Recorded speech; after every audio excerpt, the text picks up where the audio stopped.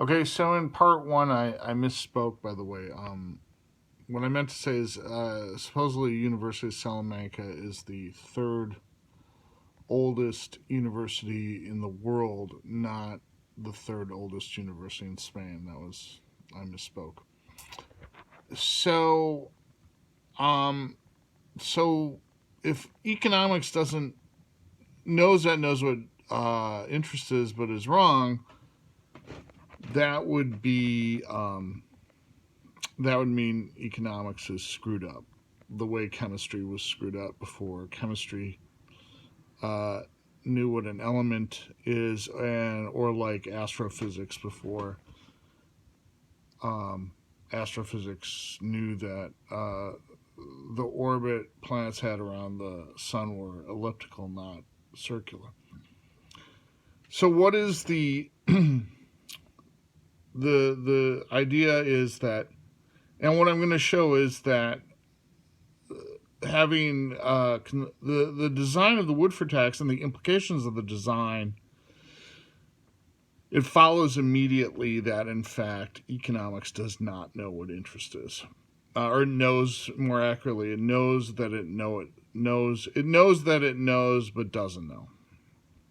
So economics says uh, interest um, is the rent for money. So those with all the wealth, for a zero risk or low risk, the real rate of interest would be very low, and then the higher the risk, the higher the real rate of interest. But what I'm going to show you is that with the construction of the Woodford tax, that gets thrown out like garbage, and I'll show you why. And that has to do with the gearing of the Woodford tax. What do I mean by that? Well, okay, let's take the billionaire, the guy with net assets of $1 billion, and let's say n equals 12. So he has to pay. So in this given year where he's got net assets of exactly $1 billion, if he doesn't pay with a bank loan, he has to pay 120 million tax. But if he pays with a bank loan, he only has to pay 40 million. So since he saves 80 million, obviously he's going to pay with a bank loan because he's going to save a little bit less than maybe quite a bit less actually than 800 basis points on his entire wealth. That's the gearing. This is how much he saves is on his entire net wealth of 1 billion. But the loan he's going to end up having to take is only 40 million. So there's a big difference between. So the savings is on this gigantic net asset amount of $1 billion. The interest is on the relatively puny $40 million loan amount to pay the wealth tax. So what does that mean? It means that now this loan is pretty much risk free because these are the guys that have all the wealth. So it's safe to lend to the guys with all the wealth. But it means that since the loan is only 40 million, he's saving 80 million. He's going to be willing to pay a rather large rate of interest on that loan because he'd still save considerable amount of money. So say it's 10% interest. That means the interest costs the first year of the loan are only going to be 4 million. So it would take a few years. It would take many years to get up to where the interest payments would even come close to what he's saving by paying with the loan. So typically we're in a near zero rate environment right now on risk-free loans. But here you could charge them 10-15%. And